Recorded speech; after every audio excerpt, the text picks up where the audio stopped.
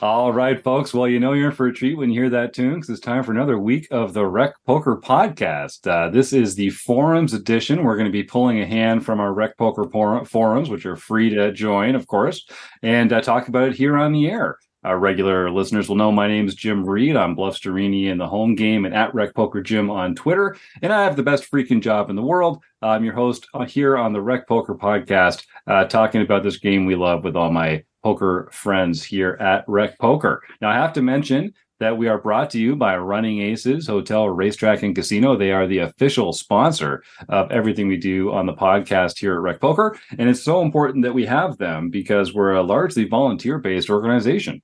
Most of what we do here is free, so we really depend on the support of our sponsors and our premium members. And you can sign up for free, get a free community account here. All it takes is an email address and a smile.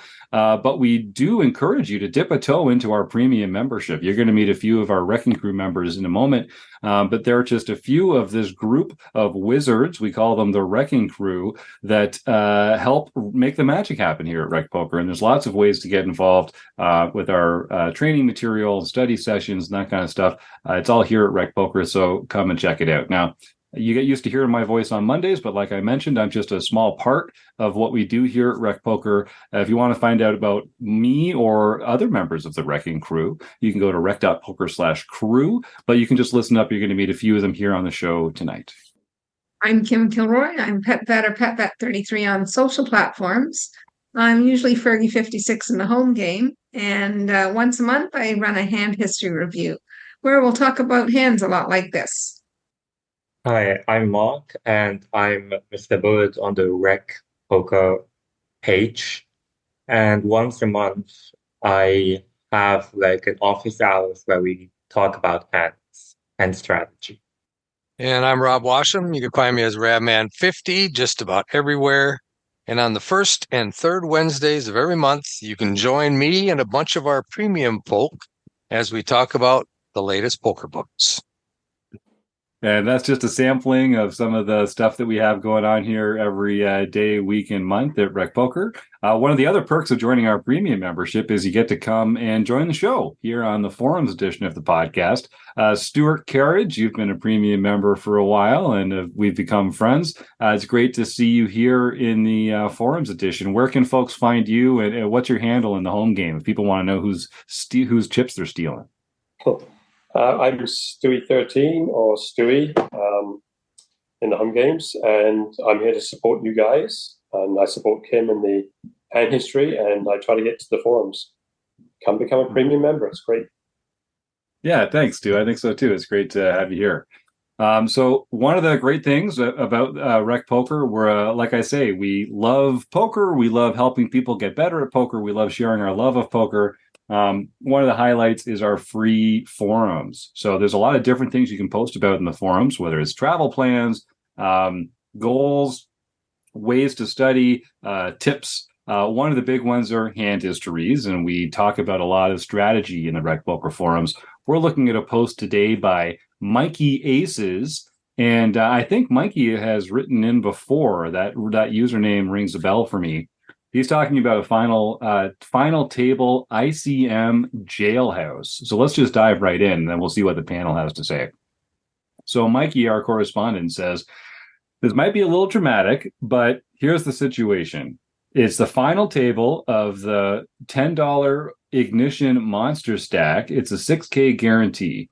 One player has been eliminated. The hero has 23 big blinds and sits 6th out of 8 in chips. The chip leader has 45 big blinds, second has 36, and 5 players are between 22 and 27, and 1 player has 9 big blinds.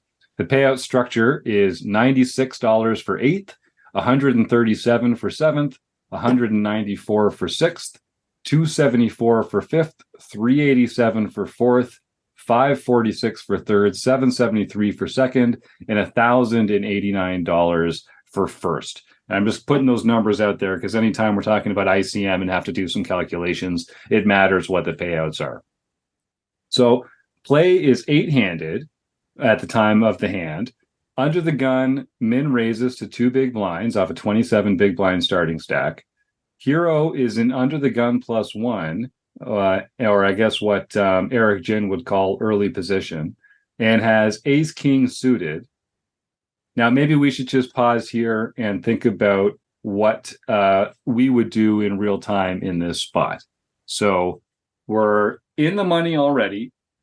The under the gun player has min raised. We're next to act with ace king suited. What do people? What's the first thing that comes to people's mind? Are we calling, raising? Does under the gun have us covered? Good question. So let me see.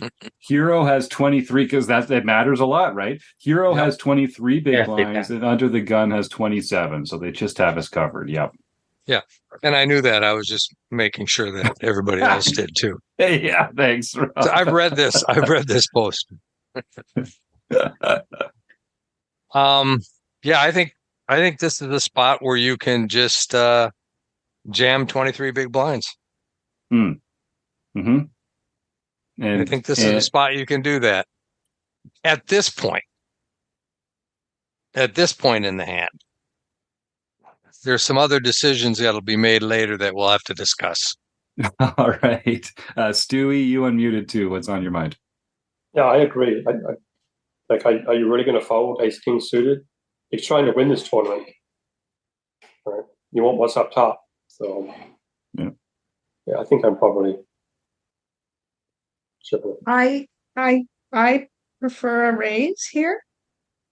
I might say a jam of ace king offsuit might be good, but with ace king suited, I prefer a small raise to maybe 5 big blinds, something like that. This guy under the gun, you got to remember he's raising into the big stacks. His actual range is going to be tighter than normal for an under the gun raise, in my opinion. So I would just be playing a little more cautiously, and I would just probably raise here. Are you raising with the potential of folding later? Potential of folding later, depending on the action behind me. Okay. Yes. All right. Good. Yeah. Mark, did you have any thoughts at this point, or should we continue? Yeah, I think I would agree with Kim that I would have made it 5 or 5.2 and jam ace king offsuit. Well, that's what I would have played before I look at any sim. Yes.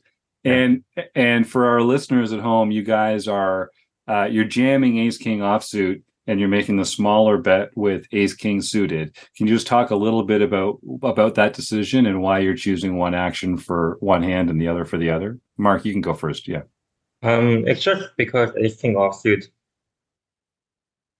has less equity than ace king suited, and I think if you want to have bluffs, let's say you want to bluff some hand like ace 5 suited or an ace 9 suited, you would also make it 5 big blinds. So ace king suited just complements that very well. Nice. Yeah, I love that. And of course, and we talk about this a lot about also having a little more playability too. If there is any chance that you're going to see a flop, you'd rather do it with a suited hand. I know that's only a part that's what I meant. But more equity, but you're right. Yeah.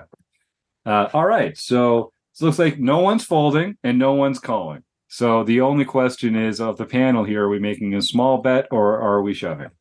As played, our hero does 3-bet to 5.7 big blinds, which is about what you guys had in mind, just a little larger.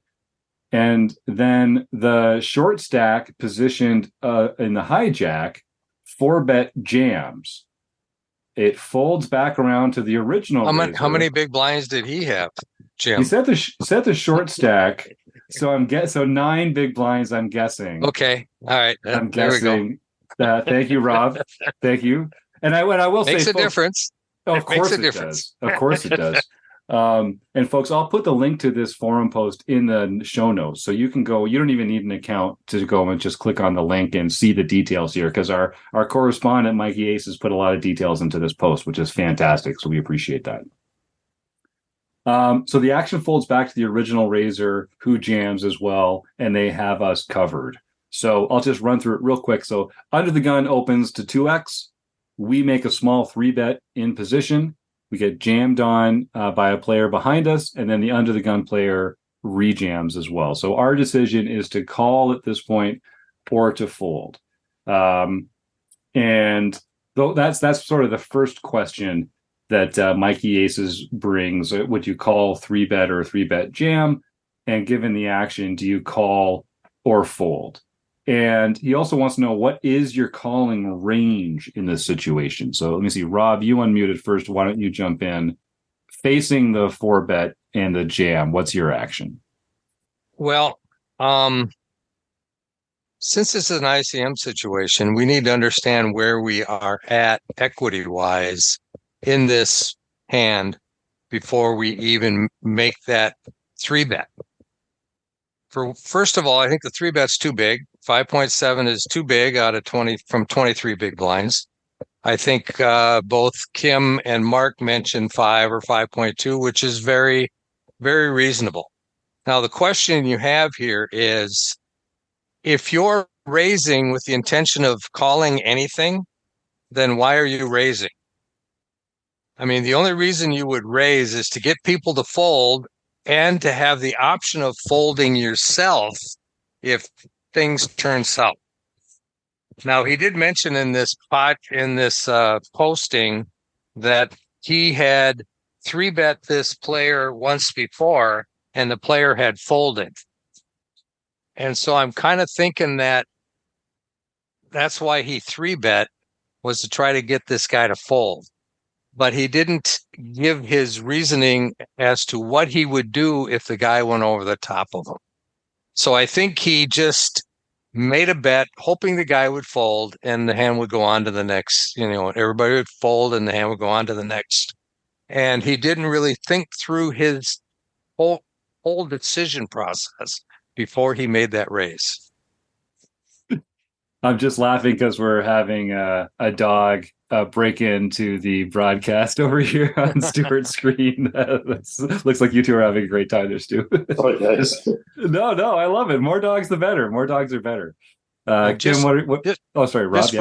Just for a point of interest, I ran this in the ICM calculator, and he had $415 of equity. So he had better than 4th place money equity in this hand before we even started. Because of his stack.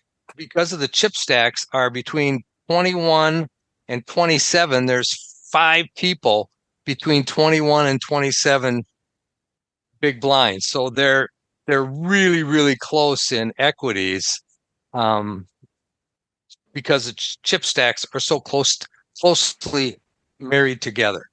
So he's actually got better than 4th place money equity in this tournament right now with his current chip stack. So I just wanted to throw that out there so everybody could think about that as they ran their solutions. Kim, you unmuted next. Yeah. So without ICM, this is just an easy call. We wouldn't even be talking about this hand. This is just a super easy call without ICM. When he asks what hands I would call with, it would be kings and aces in this spot. And it's really, maybe I wouldn't do it, but it's really hard to fold ace king suited here. We're all taught like what a great hand it is and all that, but your chips are worth so much at this point. All we have to do is get our double up, and we're going to be one of the chip leaders. Right. So going against someone that's probably got a stronger hand than ours, it's not to me, it's not optimal in an ICM spot with this much ICM pressure. But it's really hard to fold there. So I don't blame anyone for not folding. And maybe when he makes his 3-bet so big, now he has to call off. Mm-hmm. Mm-hmm. Mm-hmm. So I'll take us through some of the thoughts that Mikey Aces here posted. He says, so he tanked for almost my entire time bank before making a decision. And after thinking it through, decided my calling range should be queens, kings, aces, and ace king suited. And that queens feels a little bit loose. And that I would fold ace king off, which feels a bit nitty. And he says the rationale behind this is that we are currently 6th out of 8. We're risking our tournament life. But he goes to talk about some of his hand ranging here and what the other players might be thinking about his ones. He also points out, as you mentioned, Kim, if you win this hand, you're the clear chip leader, which is great. And you'd also cripple the other player who would be under the risk of busting soon, which is great. Mikey also says he's got blockers with ace king here, which means that it's obviously less likely that your opponents have aces or kings, but of course we are going to be dominated when they do. And if we fold, we still have 18 big blinds, which is still a good amount to work with moving forward, although it would be the second smallest stack at the table. He also says, so with 23 big blinds, he thinks 3-bet is the best option here. And there was a way to, he goes through some other, and folks, click on the link for this one. You'll find some fantastic details in here about how Mikey's thinking about the hand. And I think a lot of it is bang on. Mark, do you have anything to add before we get into the results and sort of what? No, okay. So as played, so Mikey does call it off and says that he valued the prospect of winning the tournament. So this is like the future play. Future play. What's that expression? I'm losing my mind doing this live. It's future the opposite. Yeah, future game simulation. Yeah, thank you. Where when you have more chips, it's more valuable because you get to run over the table more effectively. So it's sort of like the anti-ICM factor that pulls you in the other direction a little bit. And his blocker value is also a big contributor as well. And being suited gives him some more potential, obviously, which is why he called it off. The actual results are the short stack had ace queen and under the gun had queen queen. And we did not improve, unfortunately. And both Mikey and the short stack were taken out in that hand. And so we did end up laddering up one spot anyway, but that wasn't the way that it was that he was hoping it would go. And Mikey references some charts and that sort of thing as well, and doesn't want to be results oriented, but it is a very tough spot. Kim, you talked about like sort of it's a threshold spot in ICM, even though it's a clear call in a non-ICM spot. What else was on your mind there? I just saw you unmuted. Yeah, I did, because we've got this small short stack shoving, and the short stack is likely shoving one of our outs or two of our outs or whatever. Right. Yeah. And we have, if we assume after the under the gun goes all in, that the worst hand they have is ace king, and that more than likely they have a pair. So because we do block ace king pretty heavily. But right. When we've got that short stack in there, it's highly likely that one of our outs is gone. Yep. Good point. So, Mark? So I have a question to all of you guys. What do you guys think the short stack shoving? Like you mentioned ace king, and what about ace queen suited, jacks, tens, where's the line?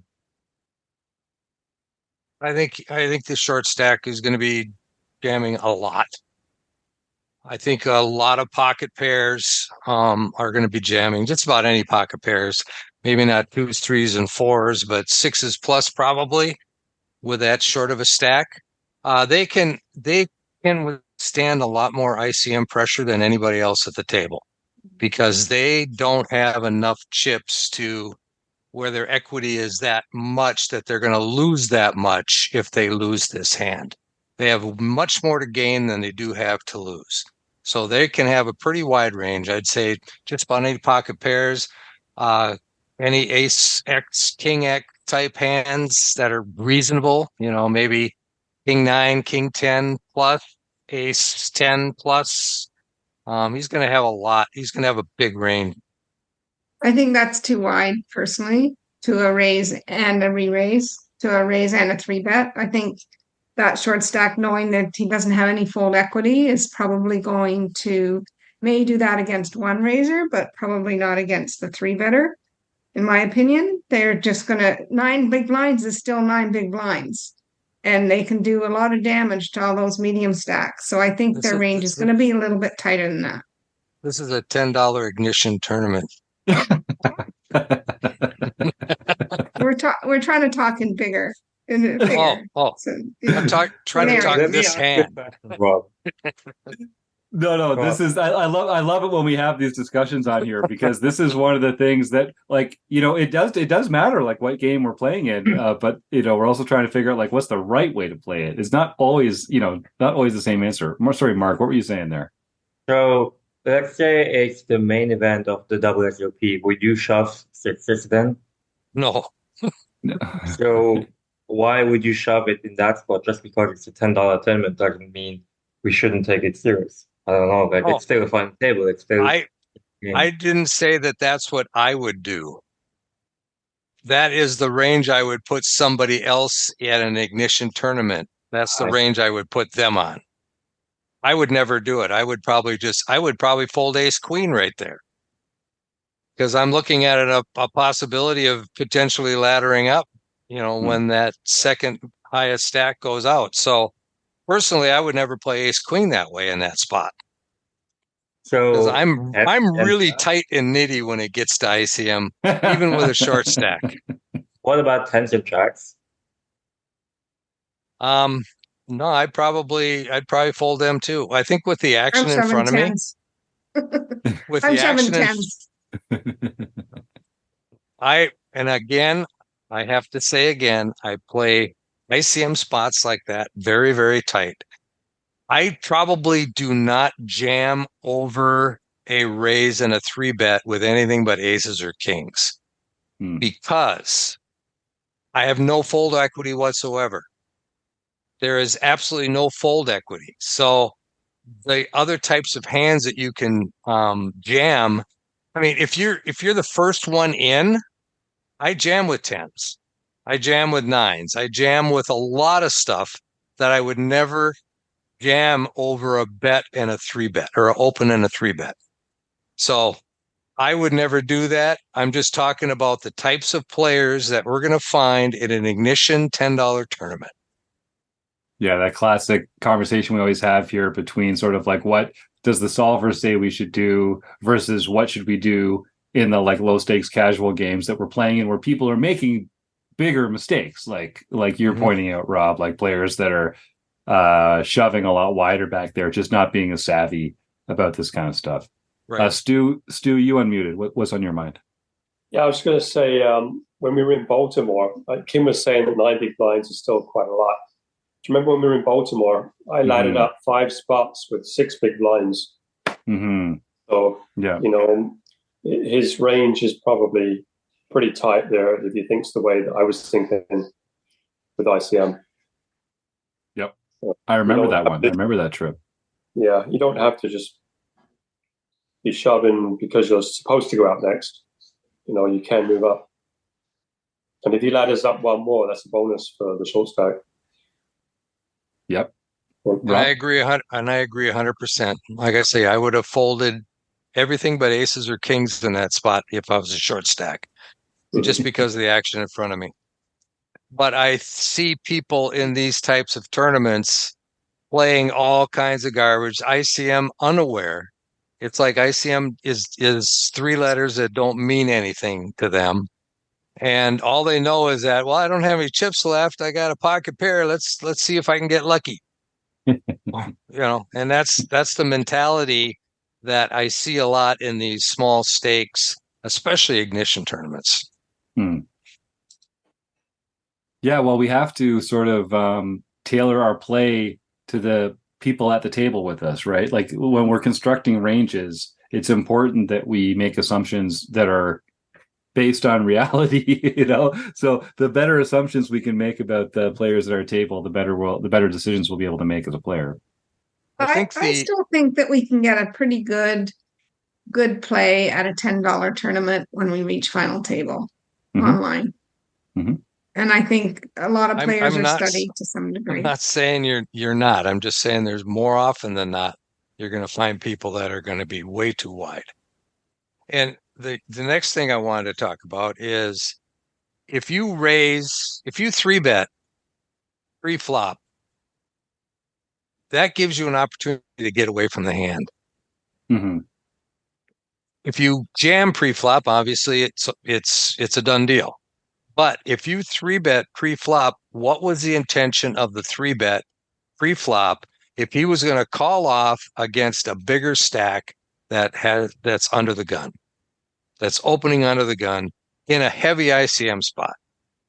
For one thing, like I said, the ICM he had $415 worth of equity in this tournament. If he wins this flip, he has $590 worth of equity.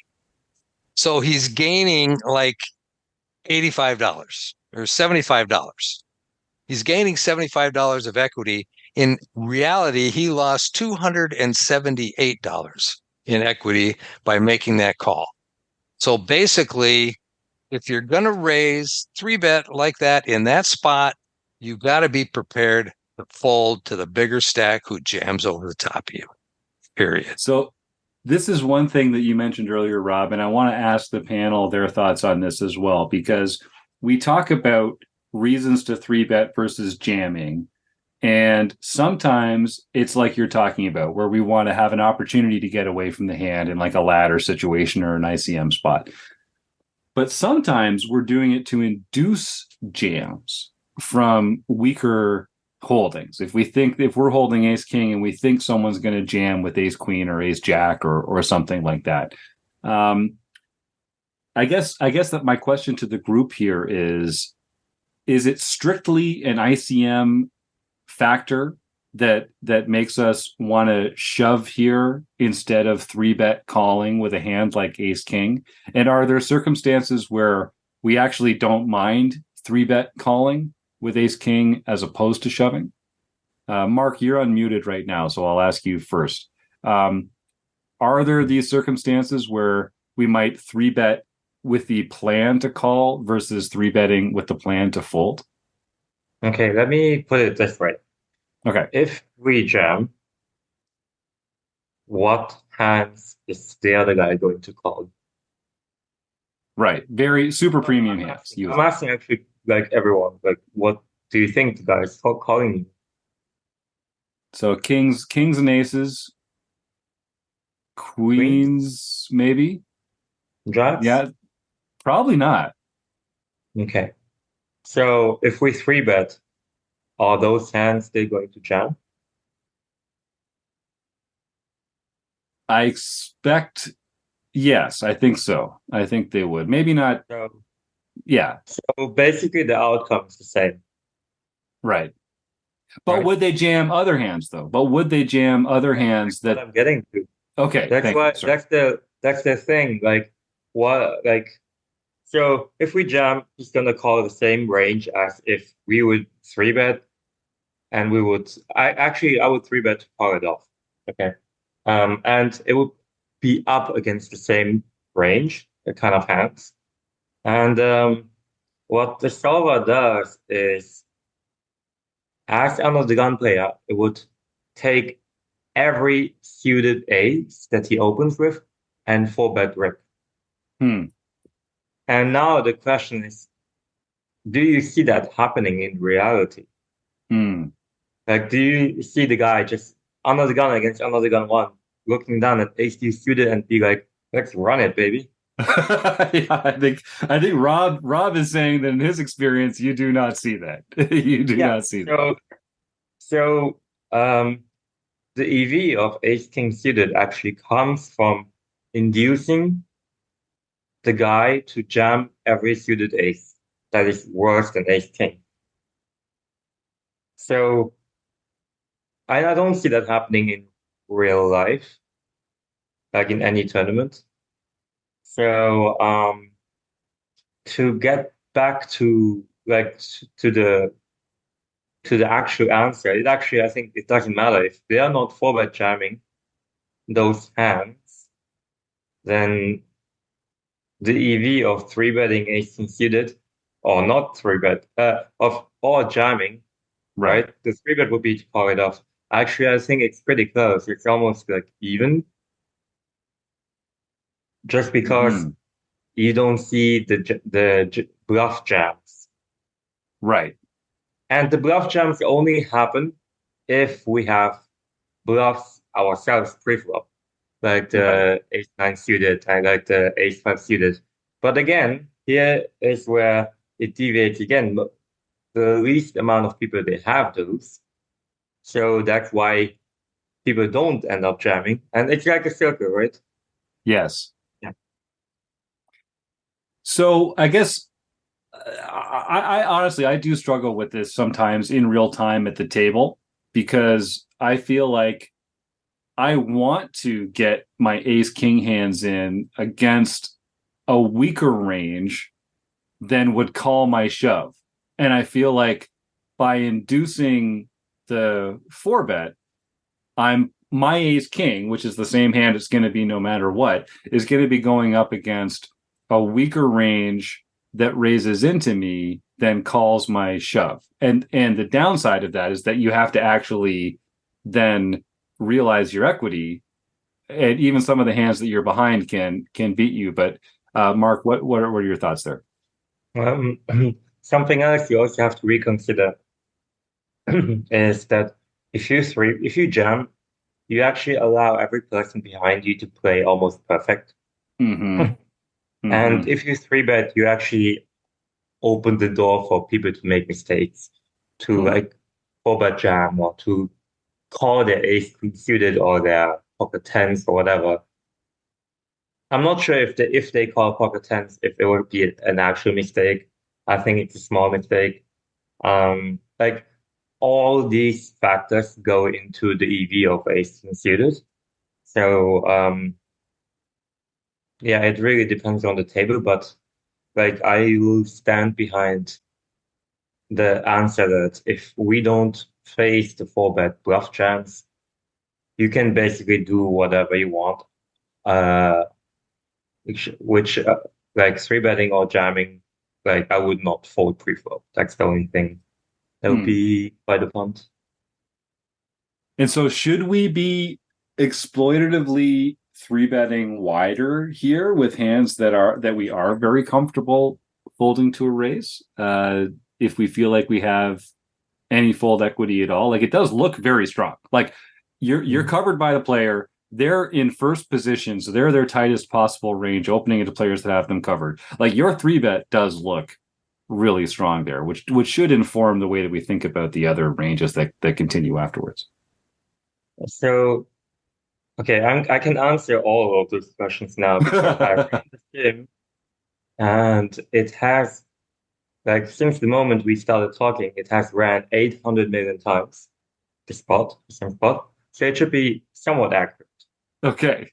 It would be more accurate if I leave it for another half hour, but can give you like the numbers that you guys are curious about.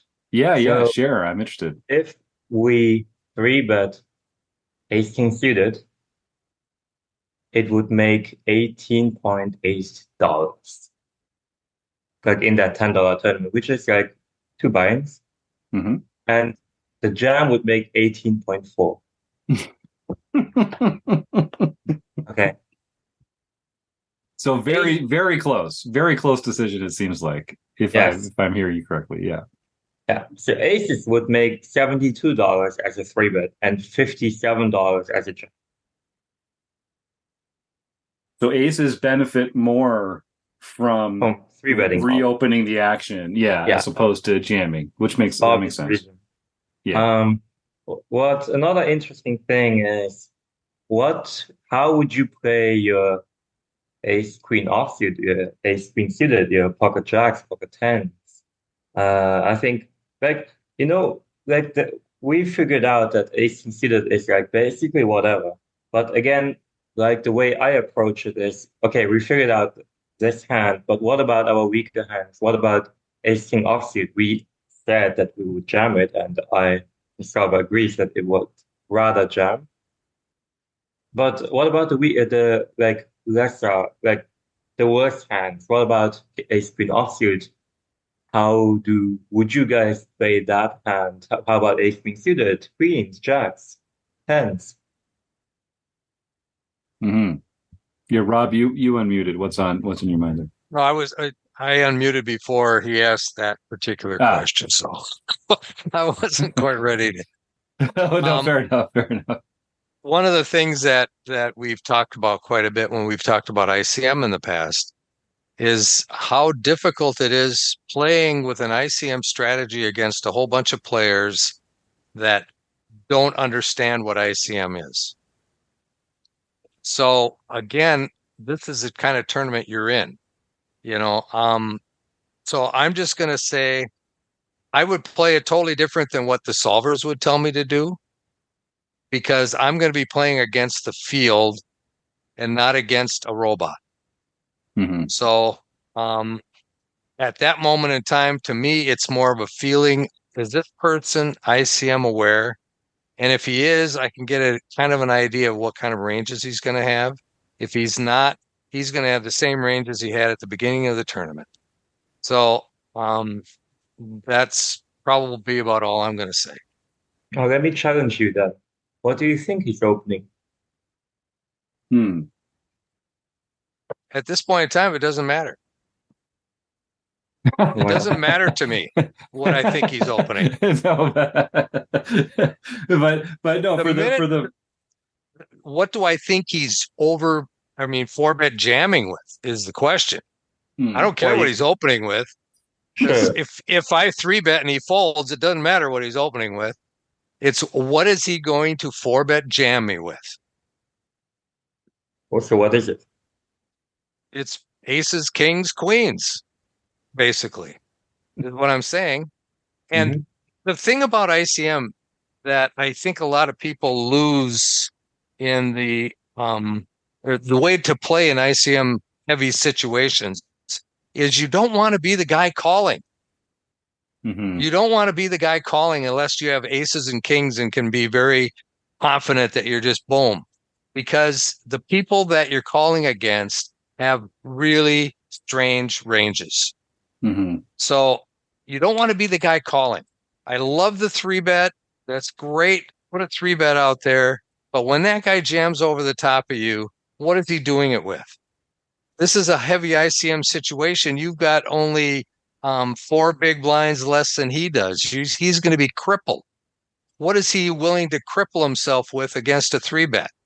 Aces, kings, queens, things that all you're doing is you're flipping a coin. Do you want to flip a coin for $278 at this point in the tournament? Or do you just want to fold and play the next hand where maybe you can be the guy putting the first bet in? You could be the guy jamming into somebody else, putting the pressure on them to make a decision. Yeah, that's a great point, Rob, about, calling being the most dangerous option in ICM spots. You're better off to be overfolding or overshoving than overcalling, as which is true of a lot of tournament play generally, but specifically when it comes to ICM. I want to just take off on this point that Rob mentioned about playing against players that you don't know how ICM aware they are. Like, Mark, I think it changes the ranges that these players would take these actions with if they're not ICM aware. So does that mean that we have to then be tighter because it's more likely that it's going to go to showdown because they don't know how tight they have to be? Like, how does that affect if players are not as ICM aware, or if we don't know how ICM aware they are? How do we kind of combat against that while we're playing? So at some point, if people are way out of line. They just lose money, and it doesn't matter if they're ICM aware or not. Mm-hmm. Because Mm-hmm. like if someone is not ICM aware, they're just going to punt, and like it's just a matter of time. Like you see it, right? At the table, you know who's going to punt and not. And to credit Rob, if you think that the guy is shoving queens and ace king, obviously then don't call ace king suited. But that's why your assumptions have to be right. What if I'm sitting there, I'm just saying run it with ace five suited and Mm-hmm. with like an ace four suited? Then you're holding out a lot of like money. You're leaving money at the table.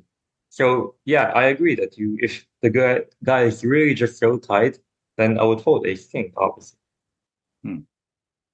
Yeah. But the Well, moment your assumption is a little off, you're just losing money. yeah.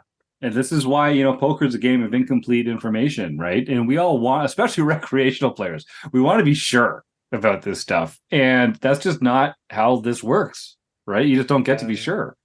Yeah, that's really interesting because I was talking to a recreational about it, and like he doesn't like to get it in without having it. And I'm like, Right. yeah, I don't care about it. Like, because the reason why you want to have it is because you want to be sure.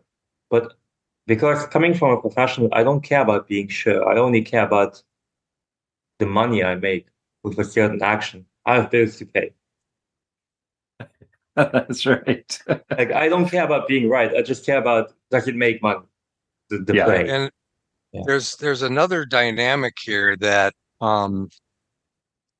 as a recreational player and as recreational players in general, we're he's playing in a or he's playing on an ignition tournament, right? He's playing a $10 tournament. Now, I don't know that Mikey Aces is a professional player who's playing 50 to 100 tournaments a day, where all he has to do is make the right decision at every single point. This is a guy that might be playing one or two tournaments that day. And then he goes to work and he has other stuff going on. He's got kids, he's got whatever. And maybe he's going to play another couple of tournaments on Sunday. It's a totally different dynamic than somebody who is a professional poker player who is making money, playing online, tournament after tournament after tournament. So I just want to, I'm looking at it more like somebody in a live setting would look at it. In a live tournament where you might play a couple times a week at your local casino, it's $100 buy-in is probably pretty equivalent to a $10 ignition tournament. That type of tournament and that type of recreational player is can't afford to ignore the player pool in favor of making the GTO decision. No, but the GTO decision is to fold ace king suited if you think the guy is jamming queens and ace king. Solver isn't stupid. You can actually tell the solver if I the know. guy is doing this, what you should do, right? And it would give you the Right. answer. But would you fold ace king there? Ace king suited there? You just said you would not, because you would expect Yes, that I other would. person to have bet jammed with more than aces, kings, or queens. I would think he would go with jacks and ace king, and then that's why I would call. Right. You said that they would go with queens and ace king, and then the solver would fold. I can try running it again with if the guy. That's fine. I understand what you're So like saying. basically, I agree I'm with you, but just I just gave him a different four bet range, like four bet shove range. right. Yeah, so it's the assumptions about the ranges, and this is what makes this is why I love these conversations. Kim, you had something there. No, I was just saying that after listening to Rob go on there, I feel like he's been deep in exploitative study lately. Yes, yeah, that's right. And not deep in the salt or GTO streets. You are correct. Yeah, are that's correct. right. Rob, I spent 2 years deep in the GTO study because that's what our books were all about. And now we're on an exploitative book, and I'm really enjoying it because there's so many nuances that you don't get. Yeah. Yeah, I think Rob's really found his spirit animal in Alex Assassinato Fitzgerald, the book he's working on now, exploiting live players. That's a great call out, Kim. I think that's true.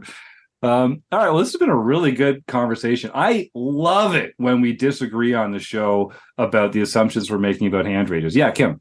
Did we actually tell the listeners what happened in the hand and what I everybody ended up with? I don't That's a think we good did. point.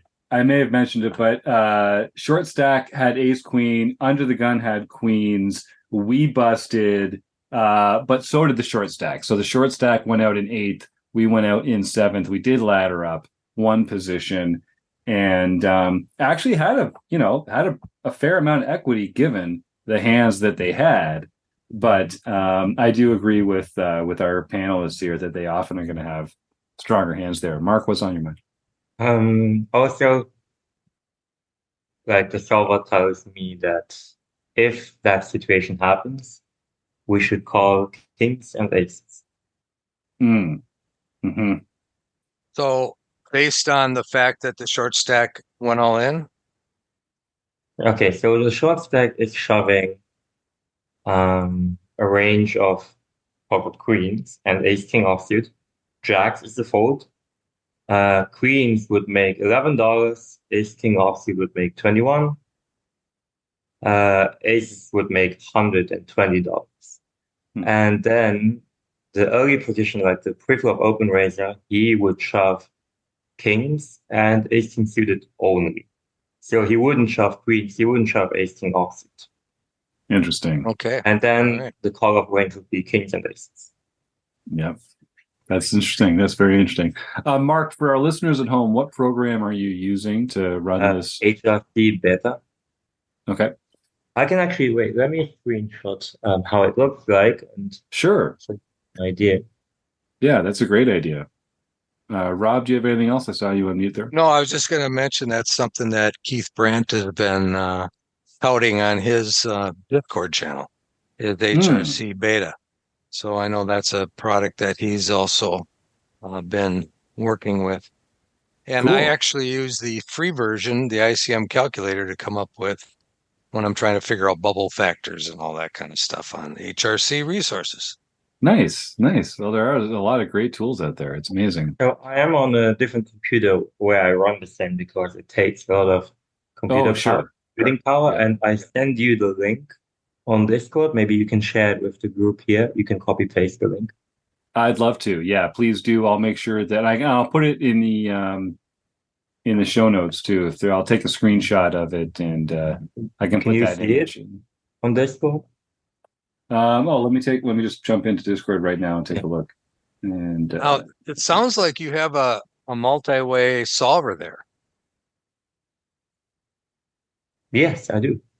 Oh, okay. Because normally most of the solvers today are heads up, right? Usually when you do GTO Wizard or one of those, it's basically they don't have any multi-way capabilities. But Yes, that's HRC why it does have takes some multi-way? computing power. Yes, I can Oh, run okay. even four-way all-ins. You can run four-way all-ins. Yeah, even Oh, more, okay, I cool. think. But it just takes so much computing power. I usually just set it to four-way, and it's already big.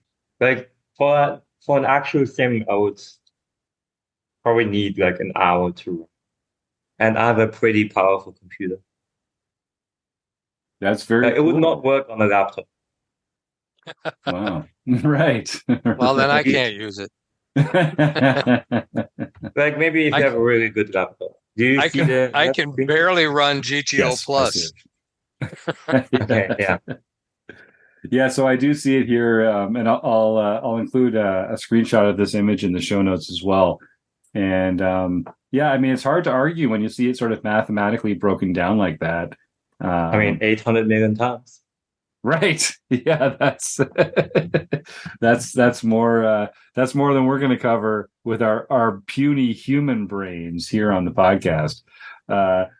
But this is great. I really like these discussions where we have some different ideas coming into it, because making assumptions about players' ranges is really what poker is all about, and we are going to disagree based on our own preconceived notions and who we think the players are and what they do in certain spots. But it's something you should be practicing, and it's something you should be bouncing off your friends and talking to other people about, because nailing those assumptions about players' ranges is a huge advantage as a player. Yeah, Mark? Yes, and in HRC Pro Beta, you can actually put in your assumptions, and the solver will give you the actual solution. Like it's basically what you would do in a live environment after seeing, like, I don't know, an entire year worth of hands, and it just does it faster. It does it 800 million times. Right. Yeah, that's pretty hard to argue with. So is that essentially like node locking is kind of what we're talking about? Yeah, it's called node locking. It's you're telling him, oh, let's just remove that one combo. Let's let him shove like queens and ace king.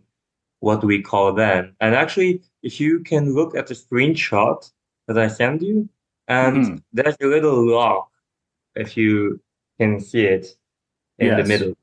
And like I locked him to jam jacks and ace king suited and ace king offsuit, and then it would call off kings plus. So I see. It's the same assumption that Rob was making. Yes, exactly. Yeah. Exactly. That's right. And there's a solved GTO solution to any assumption you can put out there. That's kind of how it works. It just solves these different spots. It gives you the exact EV. Like it tells you how much money you're going to be making. Because what if you're making a play and it's only making, like, I don't know, $1, and then you can say, oh, I don't have to take this edge. Like I can pass up that $1 and take a spot that is worth like $50, right?